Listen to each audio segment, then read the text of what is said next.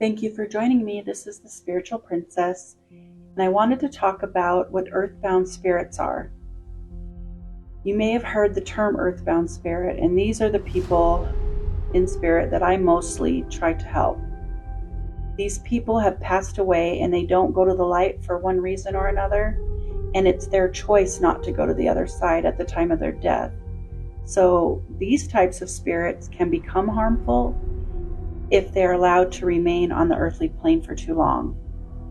They become detrimental because they learn how to frighten and harm the living, especially if they don't like them or want them in their space. So, what's the difference between an earthbound spirit or a spirit that has gone to the other side? So, the earthbound spirit vibrates at a lower level than a spirit who has actually transitioned to the other side. And souls that have crossed can always come back and visit their loved ones and communicate through medium when they have a message. Earthbound spirits don't usually know they've died or passed on, so they're more challenging for me to communicate with. Now, I don't typically speak with beings that have not walked in God's light, so when I encounter an earthbound spirit, it's as if they're speaking to me from a far distance. I can see them in my third eye, but I sense that they are outside of my auric field that's protected, and that usually tells me they have not made that transition. So that's when I make it my mission to figure out what is holding them back. Most of the time, in my experience, any earthbound spirit that hasn't crossed, it's due to regrets or obligations or their religious beliefs. So it's never good to leave souls in a location. And I know, being part of paranormal groups in the past, there are paranormal investigators and other mediums who believe allowing any friendly spirit to cohabitate with the living is okay. But it doesn't matter if that energy is nice. As a medium, we cannot allow them to stay in a space because that can drain the individuals living there. The spirit feeds off that energy like a vampire, sucking the life out of them without them knowing why they feel so depleted. So, it's best for everyone that spirits go into the light. They can't drain anyone's energy once they have crossed. That only happens when they are earthbound and occupy a space. They can get attached to people or material goods, homes, cars, places of work, etc. Once you explain that they are no longer living and we have to let them finish their journey, they will usually go in peace, but it can take a few tries. Some of them leave and they're excited to go, and some of them I have to keep going back and bugging them and telling them that I'll come back as often as possible because they need to go. But just because a spirit seems pleasant to the people, it does not mean it will not change over time. That's when they learn some bad behavior that can potentially harm the living. So maybe it's a nice family they agree with that lives there, or a nice family that shares a religious belief with them. But then maybe that 50 years goes by and that person or those people move out, and maybe somebody else moves in who they completely don't vibe with. That spirit will learn how to frighten you, attack you, whatever it wants to do. So my guides say for a medium, it's a medium's job to encourage all earthbound spirits to cross. These spirits often want to be with their loved ones, but some do not want to leave because, their loved ones are still living.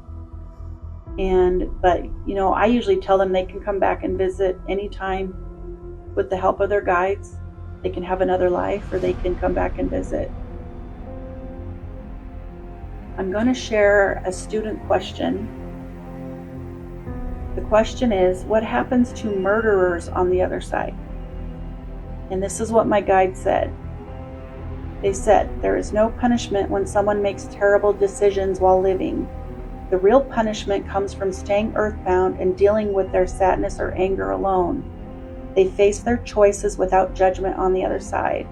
Although they do judge themselves, and they feel a great sadness knowing they destroyed their lives and the lives of other souls who were meant to be here. That creates a ripple effect, and the murderer is made to understand that they took part in that ripple effect, which can create more sadness and ripples over time. Another question was, what happens to these evil people once they cross over to the other side? My guides have said the souls who hurt or killed others usually make it their mission to help others not make the same mistakes they did when they were living. They do this by trying to guide them away from that thinking before it's too late. And then a third question, do the victims have to face their murder on the other side? My guide said no. The victims of unspeakable crimes can reach out to other victims for support, but they don't have to correspond with their killer, as that soul is on a different plane of existence than the victim. Continuing to question 4. Somebody asked, once cruel people like that pass away, are they made to feel the pain they caused while living? My guide said many of them become overwhelmed by what they have done and don't feel worthy of being with the light of God.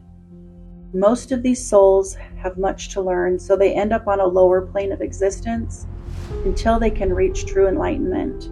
They must learn love, compassion, and kindness for all.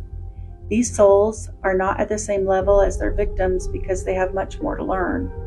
That does not mean they are in a place of punishment either. They are made to face what they caused and figure out how the soul could have lived differently and how they could have been better. There's a lot of learning before they can return and have another life. So for a final question, somebody asked, what does heaven look like? Some people describe it as pure beauty, flowers, waterfalls, indescribable colors, while others make it sound similar to Earth in appearance, where people have jobs, homes, and relationships. Still, there is no sadness or pain. My guide said, the other side looks however you'd like it to look because you can manifest what you want to see. So if you want to live by the ocean, you'll be able to think about a cozy cottage on the beach, and that's what you'll have. If you want to live in a high-rise or in a large city, you will be able to do that merely by thought. The other side is whatever you want it to be. It is up to you. If you want a job, you will have one. If you want a romantic relationship, you'll have one. Nothing is forced upon you, and everybody knows who you are by reading your energy, so you cannot lie or hide anything from anyone. Your soul is incredibly exposed in a way that makes it easy for others to understand who you are, what you're good at, what you like and enjoy. People can easily hide things about themselves here on Earth, but you cannot do that on the other side. You learn to live in peace and harmony without judgment. It's a beautiful way to exist, and it does not matter what you have done while living, because your life is ultimately a lesson, and you do not bring those issues to the other side. You are made to understand why you behaved a certain way while living, but you do not get punished for making mistakes, unless you were malevolent and set out to harm others, of course. In that case, you will not make it to the other side as you wanted. Again, you would be on a lower plane of existence and need to change your thought process before ascending to a higher level. There is no hell, but there are lower levels of existence, and people can get stuck there for a long time. They usually need to be rescued when their loved ones come to the other side, because they will not move on unless they are forgiven or can see the light. Mediums, like me, can help these souls, though, move on to a higher plane. It just takes a lot of counseling and assistance to make the spirit understand what they did while living was not right, but it was their lesson, and God does not punish them. They merely punish themselves. On the other hand, if these souls have entirely lost their way or their light, and there is no good left in them, my guides and angels can dissolve them back into love and light once we ask for help. Because we cannot allow a spirit that has no light remaining in them to roam the earth, because those spirits make it their mission to harm others, and that's simply not allowed. So people cannot let that behavior take place in their homes or on their lands. That's why I urge anybody who's dealing with some nasty spirit activity to find a good medium to come in and help these spirits cross over, or hopefully the medium has the ability to get the angels in and get rid of anything nasty or negative. I know I can do that, but a lot of mediums don't do that. So you have to find a medium who can stand their ground against anything evil or negative or nasty or dark.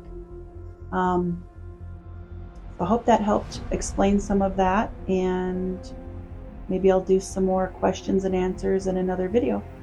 Thanks for listening. Love and light.